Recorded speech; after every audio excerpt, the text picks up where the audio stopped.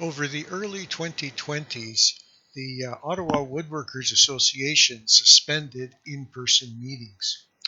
Thanks to the efforts of the steadfast executive, Don, Rob, Jocelyn, and Wayne, thanks to Zoom, and thanks too to the Ottawa Tool Library, and to the 20 or so members who would not let go, the club survived through to this point, where we felt it was safe to resume in-person meetings. At this point, Lee Valley came through big time in offering us a place to meet. This is a recording of the very first of our Phoenix series of meetings, held on the 14th of October 2023, and presided over by Don Duchesne and Rob Suarez. It opens with Rob in view and with Don's voice in the background. You can start anytime, as far as I'm concerned. We're back.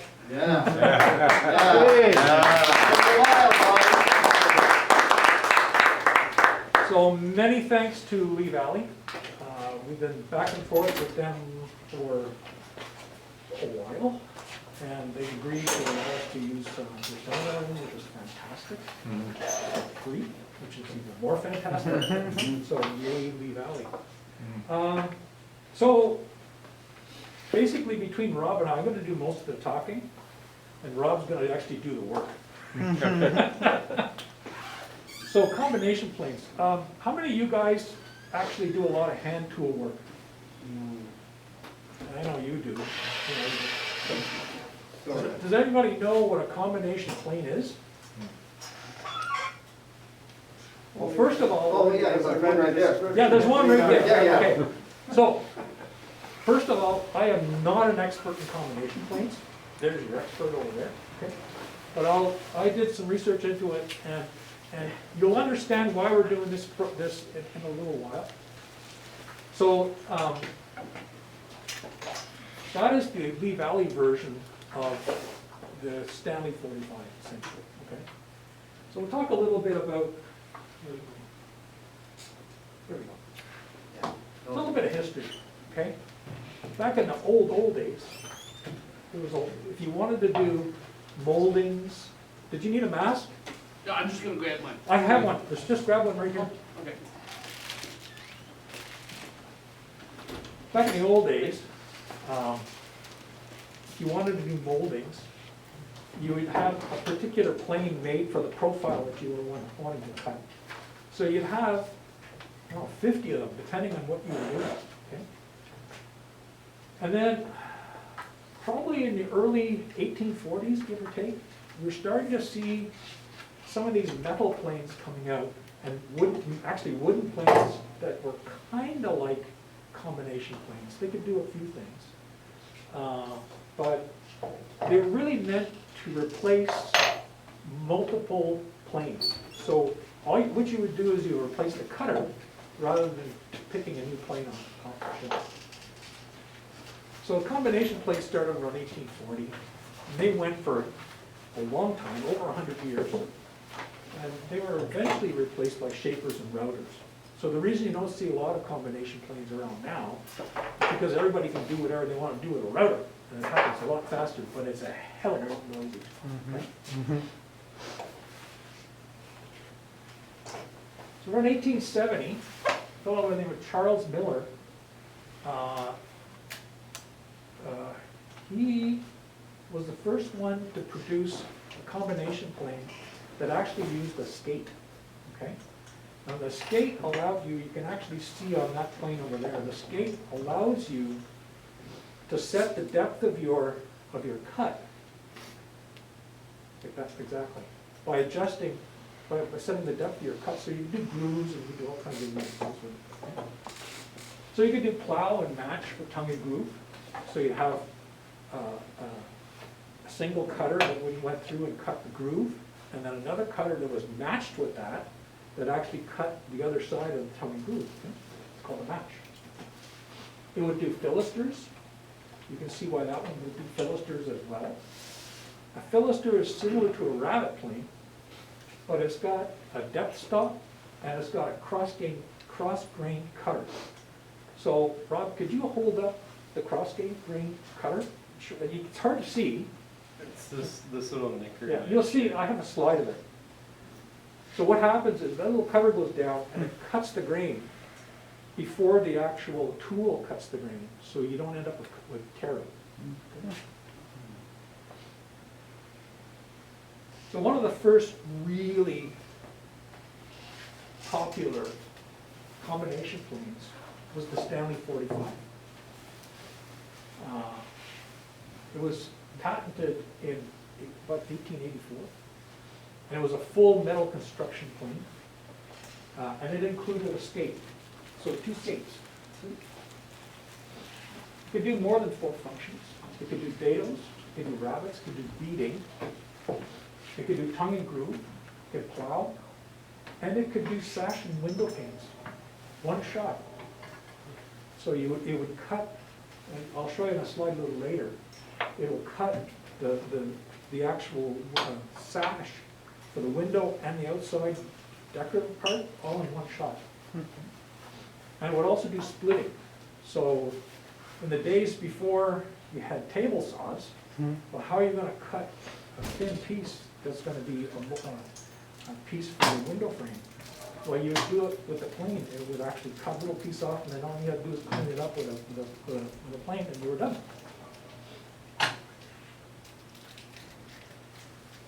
So the standard kit that came with the 45, it's similar to that over there. You see there's 2 pieces to the body, and it had a fence that was fixed, except that you could adjust, micro-adjust the location of the fence, because if you wanted to move the cutter over a tiny little bit, you could do that. I had a depth stop, and that's another depth stop over there. So you could actually do some interesting things. You could do beading, you could do cove and sorry, you know. Yeah, cove, yeah. So this one, that was for doing window sashes. This one here. A very cool tool. Okay. And the Lee Valley combination plane is really I wouldn't say a knockoff, but it was inspired by this plane. Okay? It is, the machining on it is like umpteen, it's way better. Okay, that's something that they would have done in the 1800s. So you can actually get special cutters for it. So you can do beading, all kinds of beading. And the interesting thing is the cutters for that tool are the same as the cutters for that tool. Okay. And I took a picture of this. This is from about the 1940s. So each of those cutters, like the sash cutter was 95 cents. Don't you wish it was like that today? Anyway, so like most of the cutters were around 70 cents you could buy them for. The other thing they did is they actually sold blanks. So if you had a specific profile that you wanted to make, you could buy a blank, and it would basically be, this part with a notch in it, this part would be blank, and then you would just machine your own cutter for your own purposes. Okay? They probably were 70 cents as well. They were right blank. So the modern example is 45, or is the Veritas version of this, which you can actually see over there is cutting groove. So if you want to take a look at it, it's right there. Are you ready to do a? I can demo it, talk a little bit about it, sure. Yeah. And this, people feel free to try it out afterwards as well. I think the biggest story about this one is the amount of knobs that are on it. There's adjustments for everything. Everything hooks up together. Luckily, it's a tool-free apart from a little Allen key to adjust those knickers. But yeah, so there's essentially a plow plane. And then to make it a combination plane to accept wider blades to give it full support, they've introduced now a skate. So that you have, I'm not sure what this part is called, but that's what's supporting the blade, especially on wider profile knives. So a 1/4 inch blade you can get away with just as a plow plane, the single element with its fence. And yeah, so the fence rides obviously positions the blade where you need it. I'm not going to go so far as to set it up as a 1/4 like you would for grooving drawer bottoms or something, but I'm just going to eyeball it.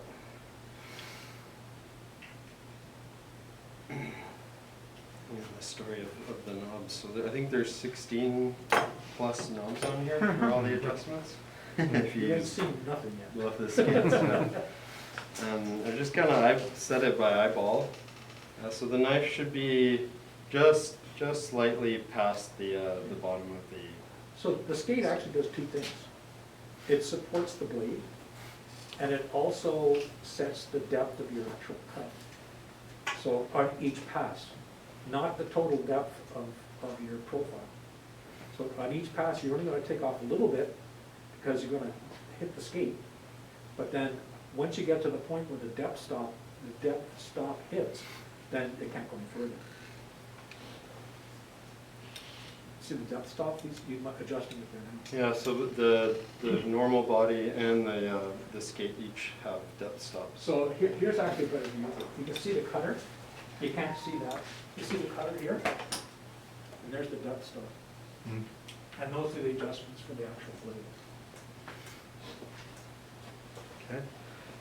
What's kind of neat about this is that it can be used in a left-handed or right-handed orientation just by switching rods to the opposite side and flipping the fence around. So reversing grain and so on, it's not a problem.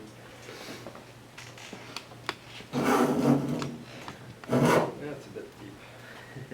So the skate is not cutting, it's just the blade that's cutting off. The blade's the only thing that's cutting. The skate is supporting the blade. Driving. Yeah, and obviously if your blade is in position lower than that skate, then it's not going to cut. I guess typically we start at the end too. I had to choose red oak for this example. It's on sale, eh? I thought you were going to come in with a piece of pine. I should have. There you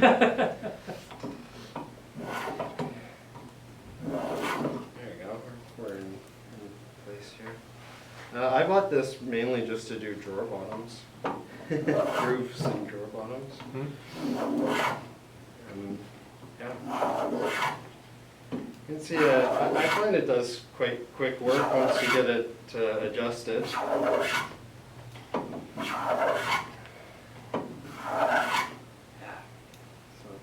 Pretty fun. Where's the downward pressure, Rob? The downward pressure? I find I'm putting more pressure actually to the side, trying to hold it in place. So really just pushing forward. I mean, I'd probably do it with one hand like this. The blade itself is digging in, so it's kind of holding it down. You really just have to push it through and hold it tight to the fence. I don't always use the nicker. You can. When you have both skates, you can have both nicker knives cutting each shoulder for a cleaner cut. But honestly, here's some samples that I've done for picture frame, and I didn't use nicker knives at all. And it's cleaning quite clean. It's cutting quite clean, just even without those. It's a lot of little thinly fine adjustments. So if you can get away without them, I tend to. I try to. You say your first cut was right at the, is that where you started, from the end first? Yeah, like most molding planes, you usually start kind of relieving the end, and then working back to the front until you get your full depth where you've registered here and you're no longer taking any shapings. What else could I say about it? There's a nice micro adjustment on the fence itself, so we can loosen that out and then just fine tune it left to right. So we're not fiddling with the big sloppy movement here. That's really helpful in precisely positioning your groove. Just from from your experience, if you had to do another cut, so you would make changes to that, right? But then if you wanted to go back and had to do another drawer again, is there some way to mark it on there to remind you where you were before, or is there anything where you just? What I would do is, if I was trying to, for whatever reason, if I moved this after, Right.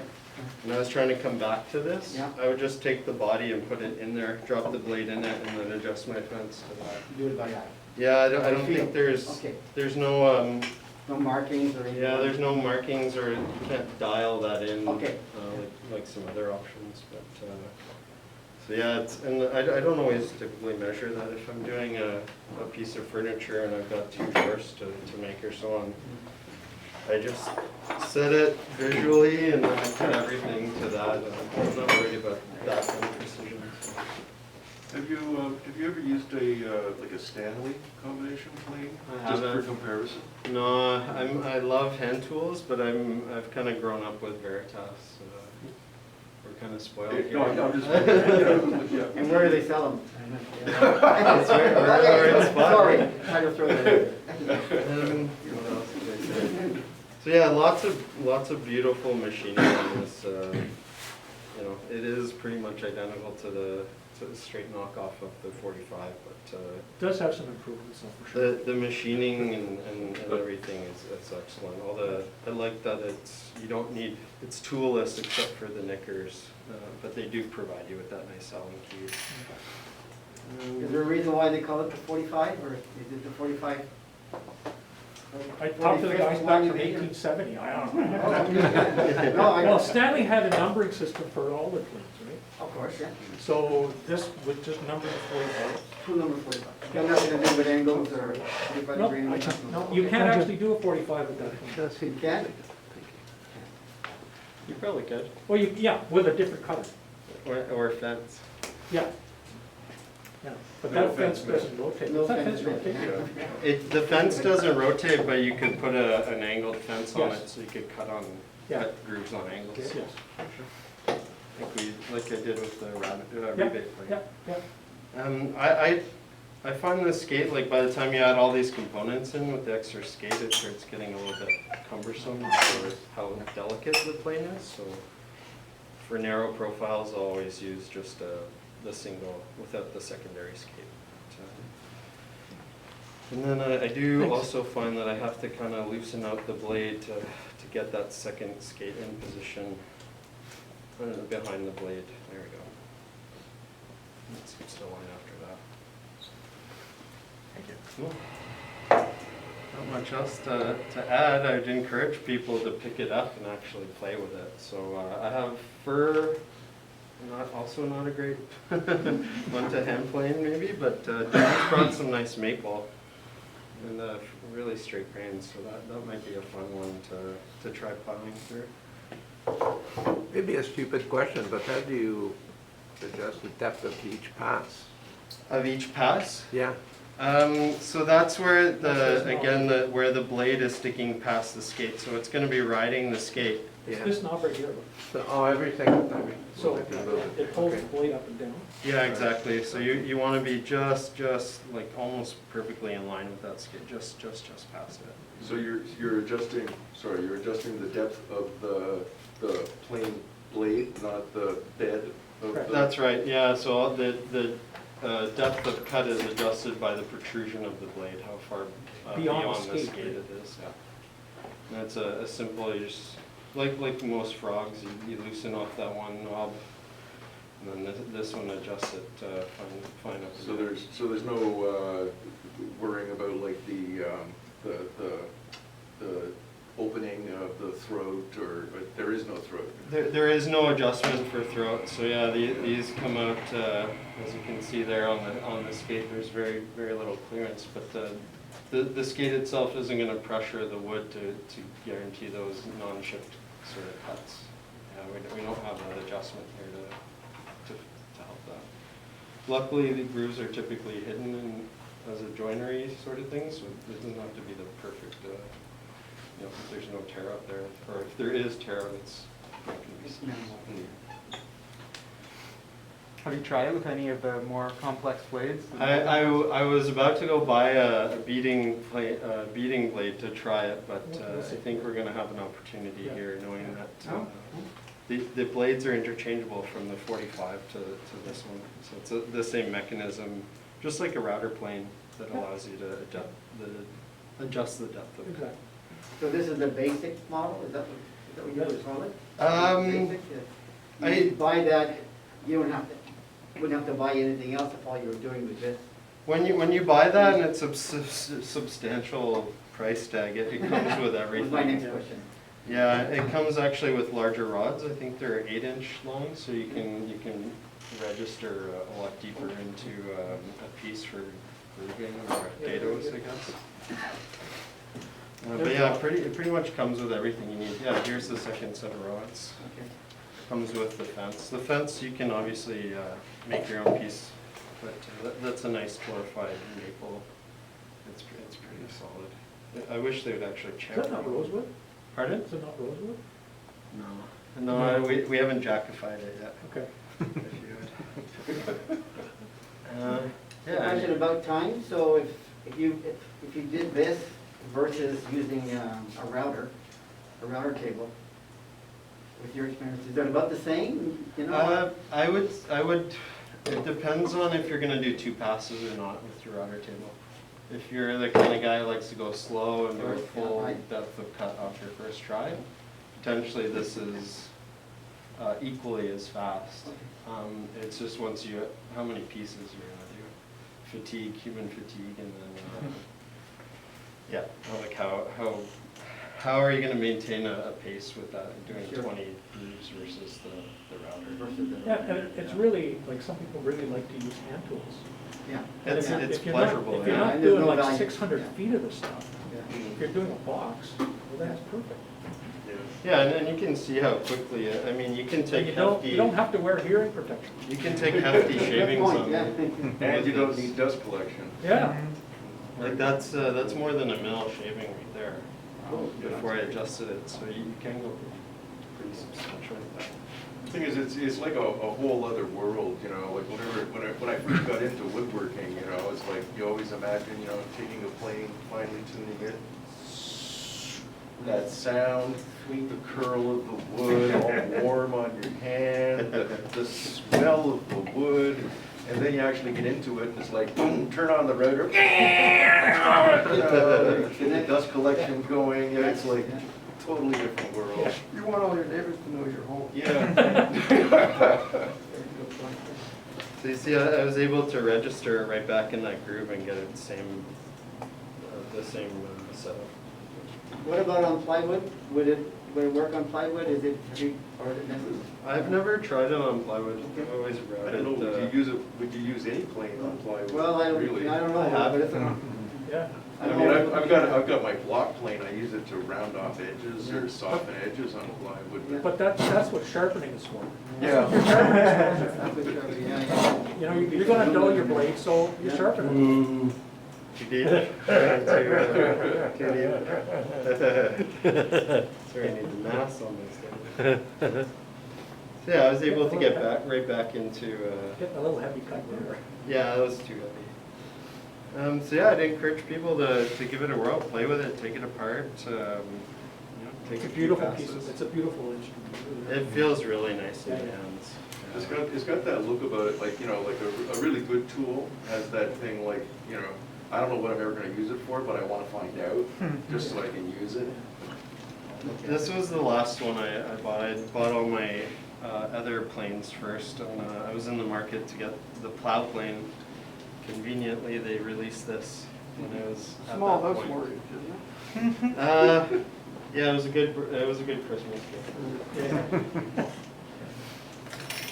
Okay, Okay, thank you.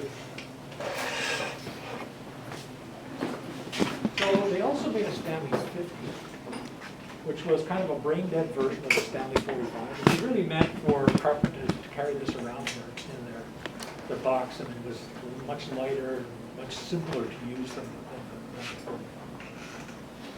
Then you get the Big Daddy, Stanley 50. As you can see, it's got 2 fences. Again, it's uses skates. And that one was actually produced between about 1899 and 1962. And a version of it was actually made in Roxton, Quebec. It could do dados, rabbits, beading, tongue and groove, plow, sash and paint, just like the word for slitting. But it could do chamfers beautifully, molded chamfers, you could do hollows and rounds, and like any type of molding you want to do, you can do it with this tool. If you have the time and the inclination to set it up. So those are the cutters that came, on the left, those are the cutters that came with the standard kit.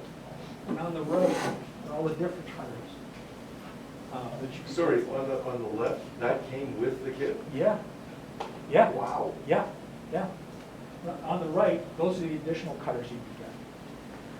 So you can see, you can actually do some pretty interesting profiles. But, so you could do rabbits and Philisters and dados, no problem. Because it also had that little nicking tool, that the little nicker that would actually cut the grain just before you get tear it. You can do plowing and slitting.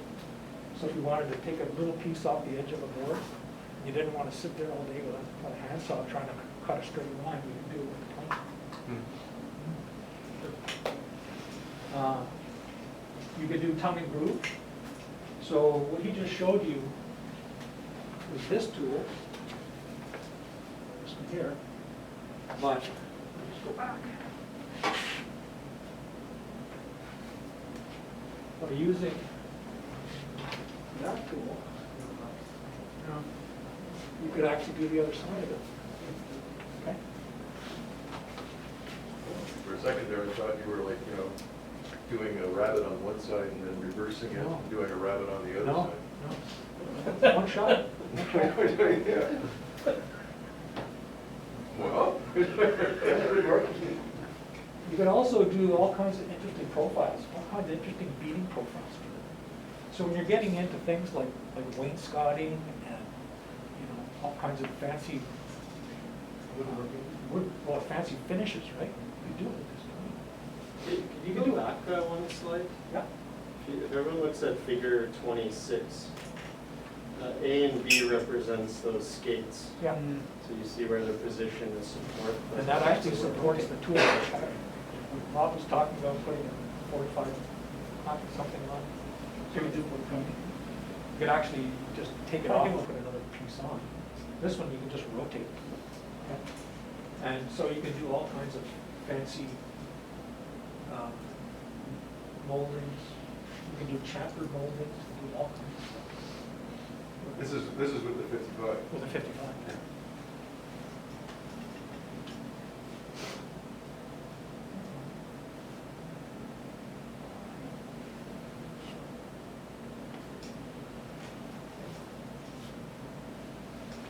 So everybody recognize what this is? Crown molding. Crown molding. So you can do crown molding with a bloody thing, okay? The reason you can do all this kind of stuff is take a look at where the skates are. Okay? The skates are not at the same level. The reason you could do those really interesting profiles is because on the 55, the skates are not the same elevation. You can change the skates so that they go up and down. I'll show you that.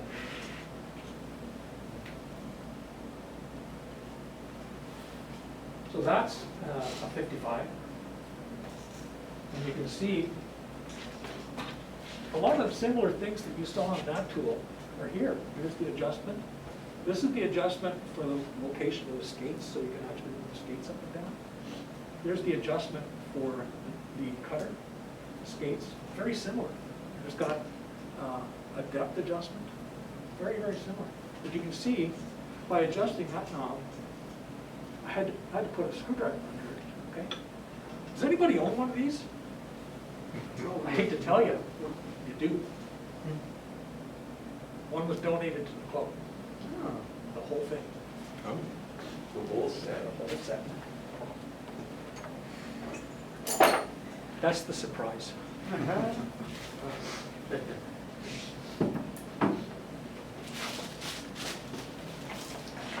It's in the original box. Wow. From Roxton, Quebec. Wow. Okay? The whole thing is here. So, there's a 55. All the pieces, all the cutters are here. The cutters. Okay. You can see all, it needs a little bit of restoration, and we're going to talk about that. All the pieces are here. Even the original Stanley screwdriver. Okay? It was donated. What kind of restoration does it need? Well, we'll talk about that. Okay. Okay? So everything, absolutely everything is there. On top of that, we got two Stanley 71 router plates. They were given to us. Okay?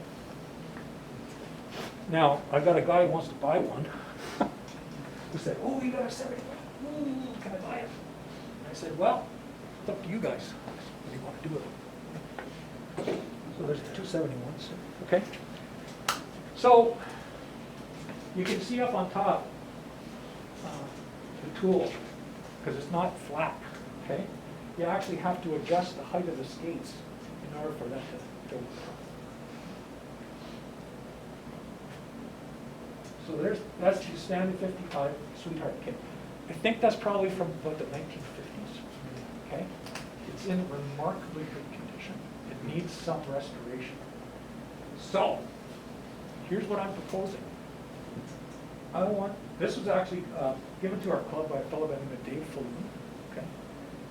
Yeah. Tom's brother. Oh, okay. Okay? You know Tom. Yeah. So I got an email from this guy who said, listen, I got this plane. Do you want it? You know, give it to somebody who knows how to use this stuff. So I called him and I said, first of all, are you Tom's brother? Because I know Tom Falloon quite well. He was my wife's business partner for a couple of years. He said, yeah, he's my brother. I said, oh, okay. So he said, no, you can, we got this 55, if you want it, you can have it. So what I'd like to do is if there's people here who are interested in learning how to restore old classic tools, that's an amazing piece of equipment. Okay? So if you're looking to sell it, you probably don't want to restore it. Because, I mean, you watch every freaking antique show you've ever seen on TV. I get that. They But really... I'm looking for people who want to use it, okay? All right. So just like if it's a I get question it. of value, I get it. you know, So there's a lot of these around, okay? They sell probably, I talked to, what's his first name? Doug Orr, thank you. I talked to Doug, and he said, people are trying to sell them on the internet for like $600-700. They don't really go for that. The 45s do, because it's a much simpler tool. People use them, okay? But this is a much more interesting tool as far as I'm concerned. What I'd like to do is I'd like to set up a team lead, somebody who knows how to restore old classic tools. We need a metal restorer to take care of, and not a lot, just literally cleaning it up, taking a couple of glue splotches off of it. We need wood restorers, maybe to restore the handles.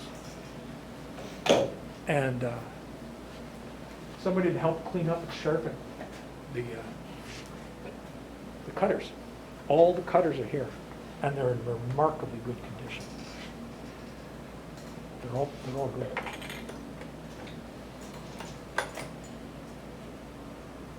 They've been used, there's no question.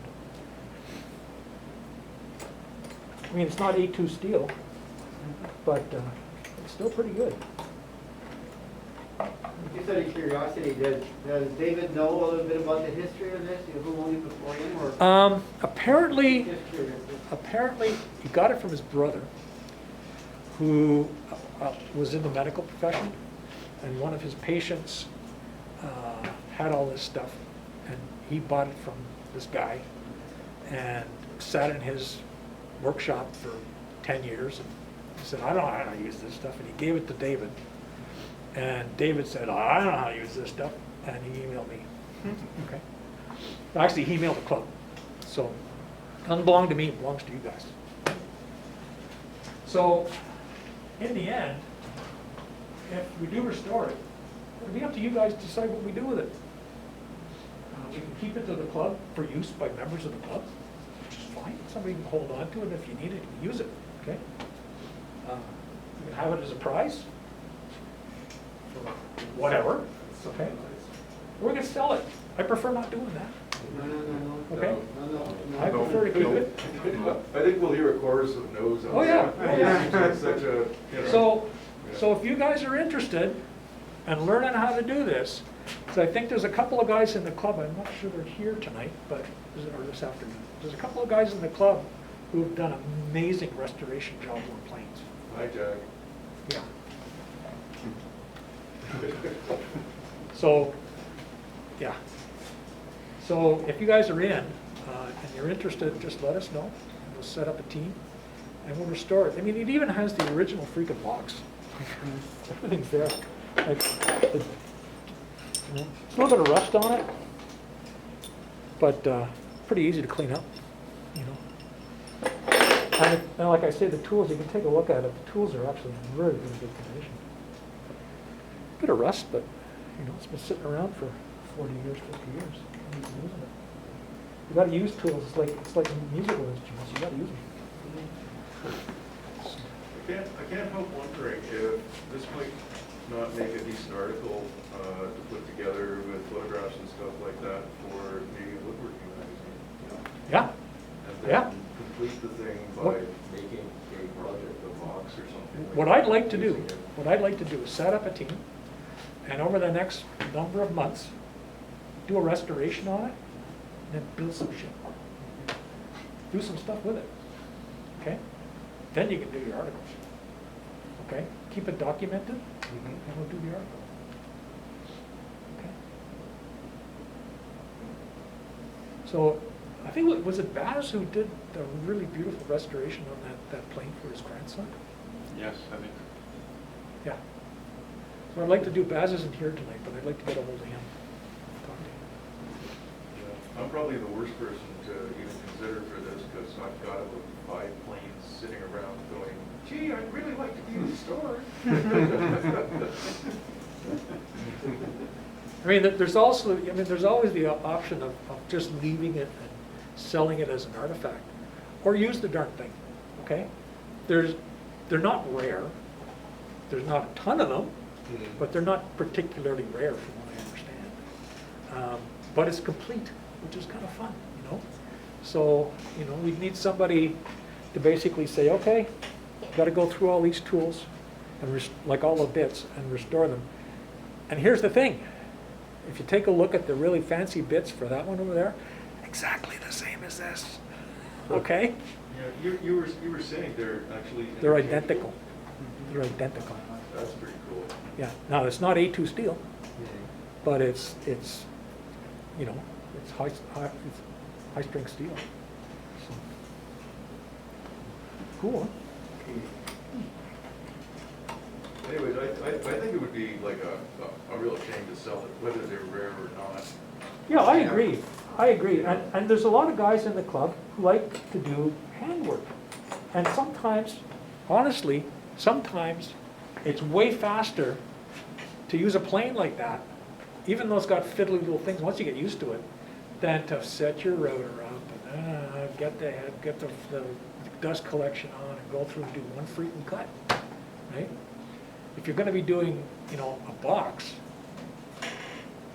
and you want to cut slots in the bottom of the box for, you know, it's a lot easier to do it with something like that. And you can do it very accurately I have a couple with a projects tool that was where that designed in would be pretty 1890. handy.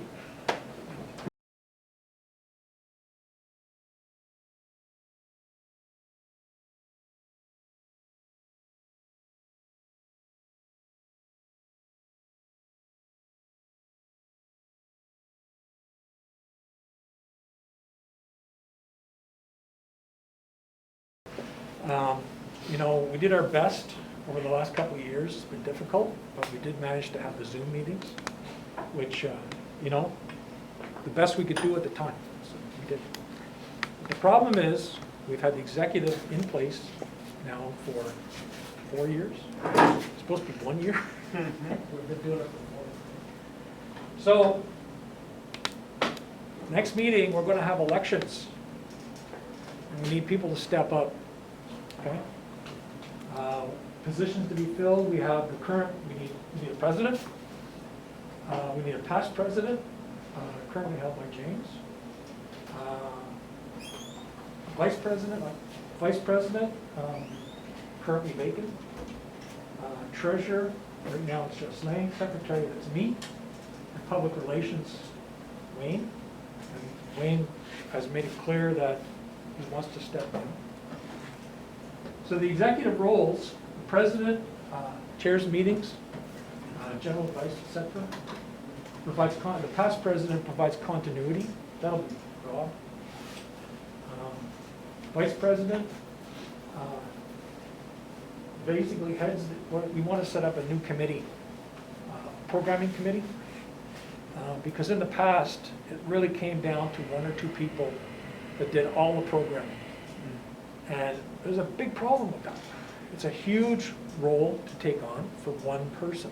Okay, if we can spread that load out a little bit and get some more input. Okay, you guys probably know a lot of people that we don't know, and you can bring them in. Okay, do presentations for us, give us some advice, whatever. Okay, treasurer keeps the books. Secretary keeps meetings and emails. All those emails, that's for me. Okay. And public relations basically maintains our website. That's been George. George has been doing all that. So that said, we need people to think about coming on the executive and helping us out. Okay? We really, really, really need that. Okay? It's your club, so look, actually being on the executive is, I've been on it, what, 4 years now? It's not that onerous, okay? It's not a big deal. And it's a fantastic way to make contacts, okay? You get to know everybody in the club. You get to know people's expertise. They get to know you. And all of a sudden you run into a problem with a project and you say, wait a minute, I know a guy. You call him up, he knows you, okay? So it's great. If you're really not interested in getting on the executive, please consider giving us a hand with the program. Like I said in the past, the meeting content fell to a number of executive members. It's just really, it's not fair. So we need some help. Okay? It's just not sustainable in the long run. Okay? For one reason, we don't have all those contacts. The more people you bring in, the more contacts, the more ideas. Hey, well, we've got a guy who knows how to do. So we bring him in. Bring him in. Presentations like we get the presentations. OWA members have done cool things. Great, bring them in. We get them to do a presentation. Okay, if you've done cool stuff, come forward. Come forward. People outside, if you know somebody who's not a member of the club, who's doing stuff that'd be interesting, and maybe want to come in and do a presentation, great. We don't know, maybe you do. Okay. Or we could bring in presentations for hire. We have the money to do that. Okay. We could bring in guys who are doing YouTube channels. We're here in Ottawa, Quebec, or Ontario, Quebec. We could bring them in and pay them to do a presentation. Okay. It's your club. To make it successful, we really, really need your participation. Okay. So number one, think about coming on the executive. If you're interested, send me an email.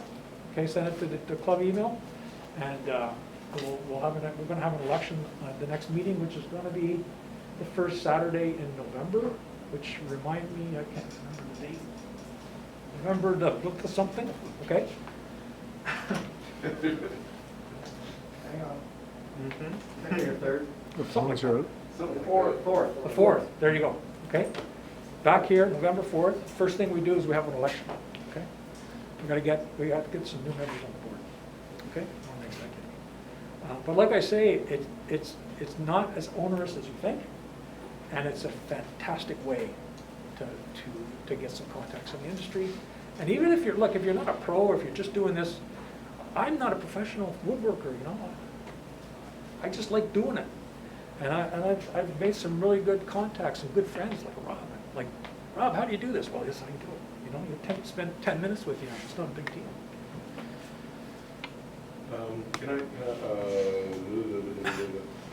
Can I suggest sending those 2 slides in email Sure. to everyone? Yep.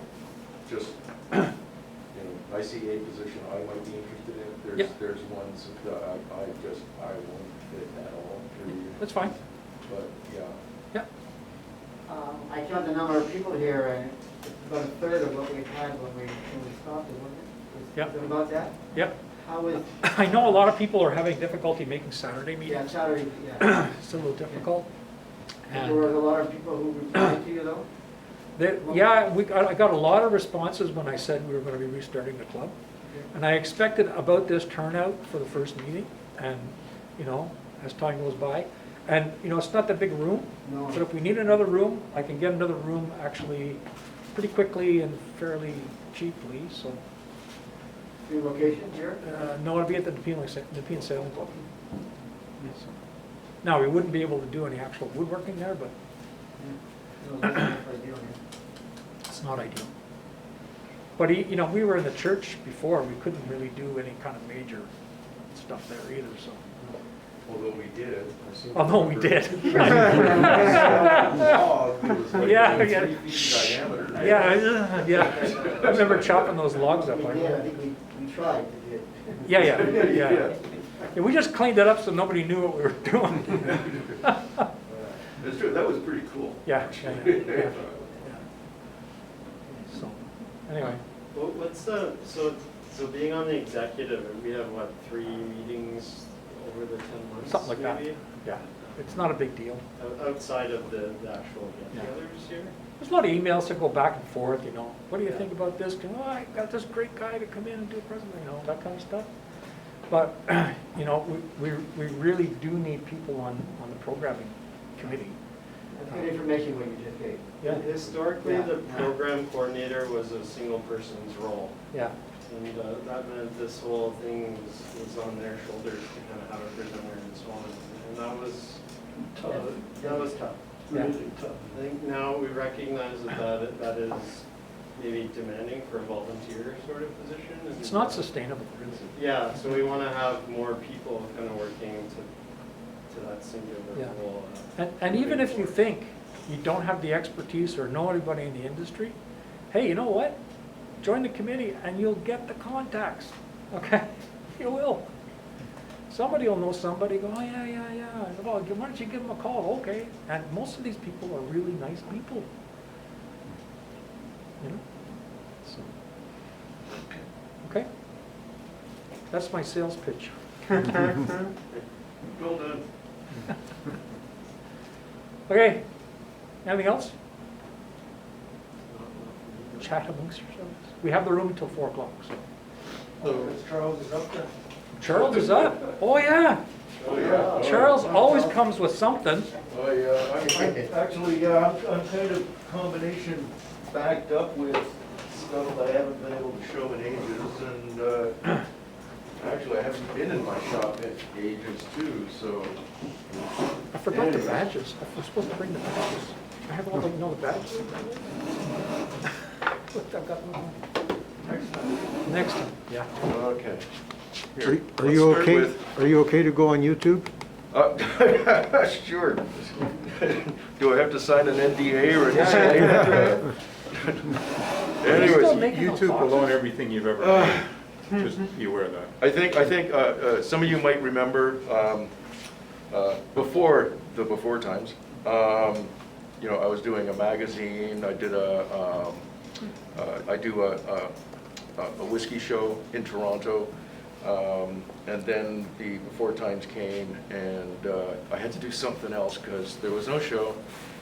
The magazine went buns up. There were no advertisers, there were no writers, there were no distribution. There was, like, if there was anything you needed to carry on, it got canceled and ended. So I wound up doing online tastings, whiskey. And of course, the first suggestion was, hey, just wrap them up in a cardboard box with some, you know, like in everything else, and I went, no, that just sucks. It just, presentation really, really sucks. So I suggested making a little sample box and putting the samples into it and shipping them out like that.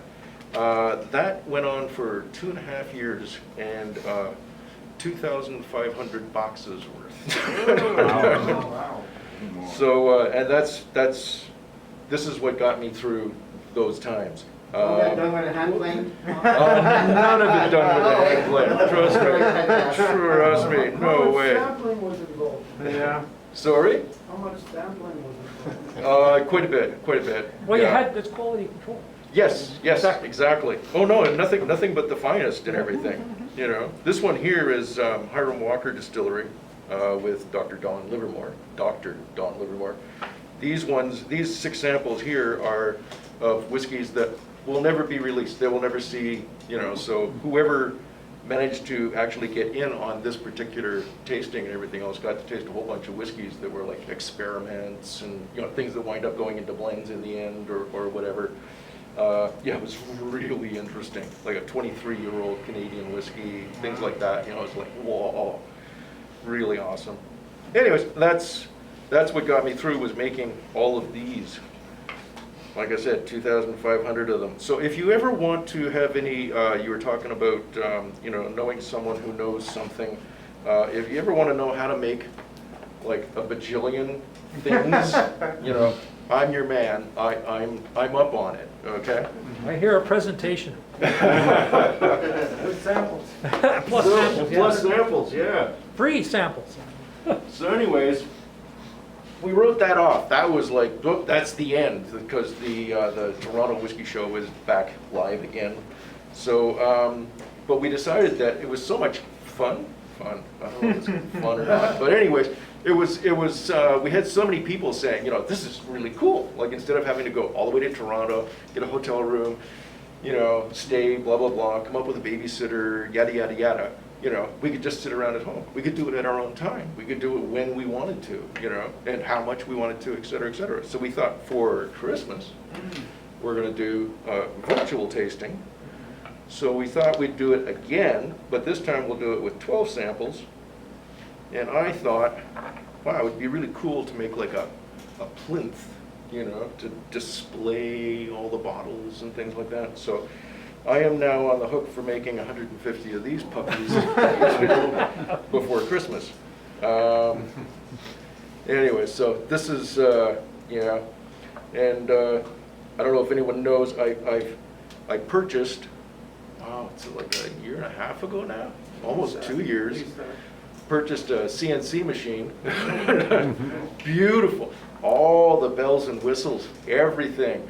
$1,200, you know, software outfit, everything else. I've never used it. I haven't had time. I haven't had time to get into the shop. I've been too busy building boxes for a start, you know, and then I've got this other project that I'm doing to replace doing the magazine. So I've been in Scotland 3 times so far this year, and we're going again next month. So anyways, yeah, so I've got to learn how to program the puppy and start making the components for this. Pronto. Slow going. Yeah. Anyways, this was something that I worked out before, like in the before times, and it sort of kind of came out really cool in some ways, and then in others, I don't know. It still needs some work. I can't even remember what project it was, but I had a whole bunch of really, really, really nice Baltic birch. So I layered it up and everything else, and I love this effect of the, you know, like all the layers and everything else for the stripes. And I just had this idea for, I don't know if you've ever seen them, those, I think they call them chieftain's chairs or scout's chairs. It's like 2 planks, and one of them has a hole in it, and you put the other one in, and then you can sit on. Yeah. They're usually little things like that. You kind of, it's almost like squatting in them, right? Yeah. So, sorry, I can't breathe with this on. You'll have to forgive me for a moment. So I thought, they're just not comfortable. They're not, you know, whatever. So what I thought I would do is kind of change the dimensions around a bit. And as I was doing it, I thought, I don't know, finger joints and stuff like that. So I came up with this design. Hang on.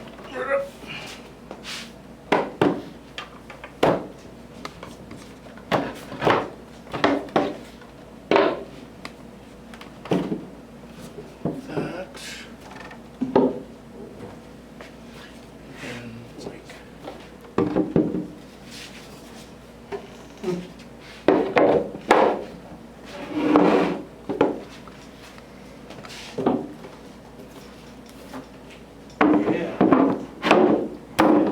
Very good. Nice. Very good. So. Heavy duty. That's what it was. But you need a Sherpa to getting into the bush. Well, and that's the thing, you see, like, my original design, this one, is, I've got to rework this. My original problem with this was I was so concerned these finger joints, you know, would be like, so the wood in here is like that wide inside. The edges are this thick, like that, and it's like that all the way. So everything in here is totally overbuilt. And it wasn't until I built it that I realized, well, for Pete's sake, it's a torsion box. I mean, you couldn't ask for anything stronger. I could have used 1/4 inch, you know, everywhere. Yeah. You know, there's 3 uprights along the length here. So I'm like, ugh. So this thing weighs about 50 pounds, which is a little on the hefty side. So I want to do exactly the same dimensions, exactly the same thing, but this time this is only going to be like maybe 3/8 at most, you know, and then 1/4 inch ply for the ribs, and that'll be it, you know, and see how lighter I can make it. I'm pretty sure I can get it down to about 15 pounds, which would be much more reasonable. Anyways. If you're concerned about it not being strong enough, you can always fill it with foam. Is that too? Yeah. Yeah. Yeah. But I'd rather stick with wood. I'm just, you know, because you fill it up with foam and then you have to smooth it off and bleh, bleh. Yeah. So, and then filling it up with balsa would be an extra expense. So anyway, so this was my design, and anyone's welcome to come up and sit on it. It's actually amazingly comfortable. And my idea was that, you know, originally was that, you know, you would build it like this and everything else, and then I could modify it, you know. I could send it out to artists and have them paint the outside of it, you know, with a dragon or something like that. I now have a laser on my CNC, and as soon as I learn how to use it, I was thinking I could laser the whole surface of this in such a way, you know, put a design on it, some Japanese designs or things like that, individualize each one. Cassini chair? Sorry? The Cassini chair? The Cassini It's chair. that zigzag plywood Oh, one. yeah, yeah. This guy's named Reitzville or something, did it? Mhm, yep. 1930s? Yeah, yeah, that's a beauty. I love that chair. It sort of reminds me of that. Yeah. So that was my general idea. And then there was like, okay, so you got to be able to carry it. So there. And the cool thing is the finger joints interlock.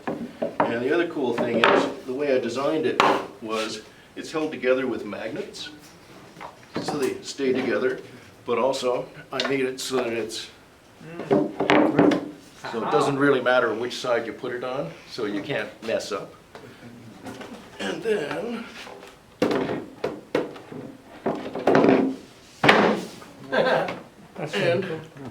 made a handle so you can carry it, and even the handles are on both sides. Very cool. For dyslexic chair assemblers. And then, and then I finally came up with, I went, okay, you've done all of this and everything else, it's got to have a name, right? So this is my SPAIR chair, right? Some partial assembly is required. Anyways, that's my presentation.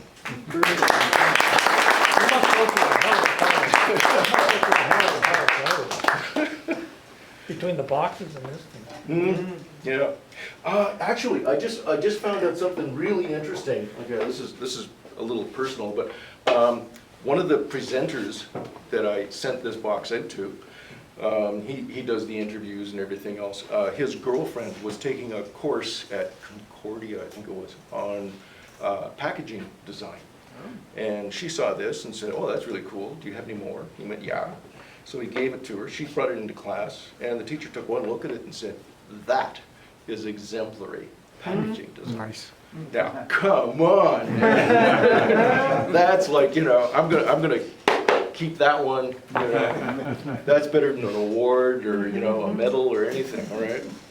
Anyways. Did you get the